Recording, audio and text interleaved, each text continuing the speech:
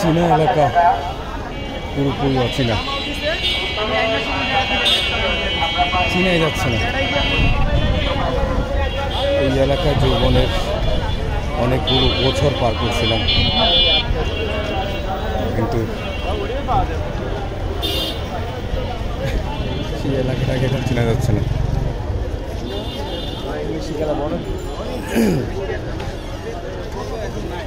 এটাই বাস্তব।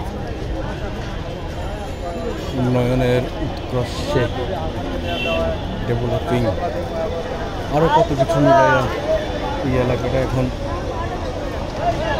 মানে সম্ভব কিছু বিল্ডিং হয়েছে আর মানুষ কিলিবিলি করছে।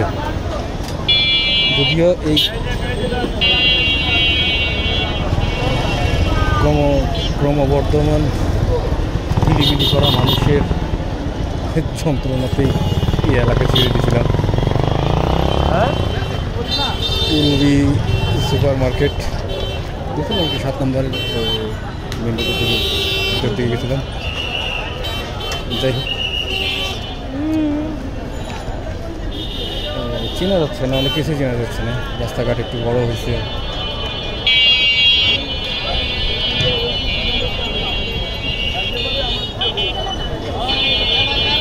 মানে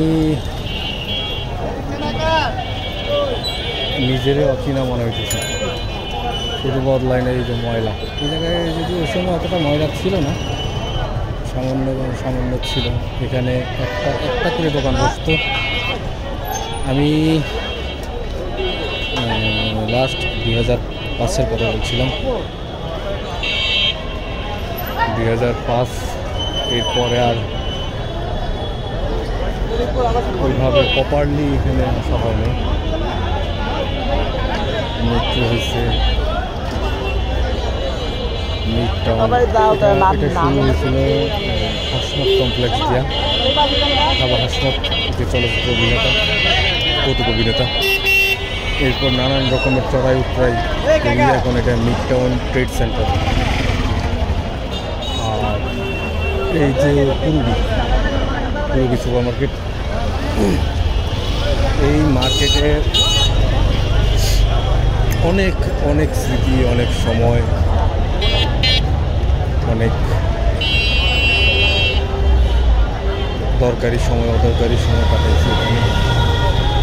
আর আরেকটা জিনিস আপনাদেরকে দেখাই আমি, যেটা আসলে আমার তেমন ইয়েতে আসে নাই।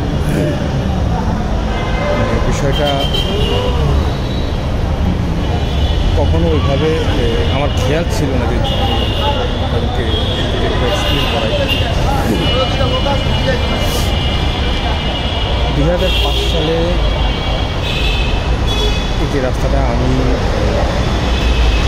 পূর্বীর এখানে আছে অটোবিল ওয়াল ক্রস কালচার, এখানে চাকরি করতাম। তো এই যে রাস্তাটা 11 নম্বর 7 নম্বর মিলেই আছে বিভিন্ন জায়গায়।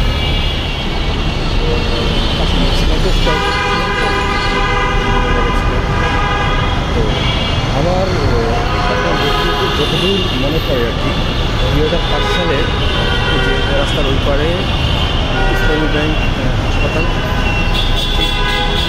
এই বরাবর সম্ভবত, যদি আমার ভুল না হয়ে থাকে, রাস্তা পার হওয়ার সময় আমি রোড অ্যাক্সিডেন্ট করি। ওই রোড অ্যাক্সিডেন্টটা আমার লাইফের মানে আমার লাইফটাকে পুরোপুরি ডিস্ট্রয় করে দিয়েছে। মাঝে মাঝে এলাকায় আসি, কিন্তু আজকে হঠাৎ মনে পড়লো 20 বছর পরে এই জায়গাটায় দাঁড়ায় বিয়ে করছি, তাই বুঝতে পারছি। তো আমি চাই না যে ওরকমের সময় বা ওরকমের দুর্ঘটনা আর কারো জীবনে ঘটুক, বা সাধারণত আর কারো জীবনে এভাবে অলেভাবে হয়ে যায়। সবাই সাবধানে চলাচল করবেন, যে পিছনে রাস্তা পার হবেন, এবং অবশ্যই রাস্তা পারাপারের সময় মোটর ফোনে কথা বলা থেকে বিরত থাকবেন। সবার সুস্বাস্থ্য এবং সুন্দর ঘরে ফিরানো।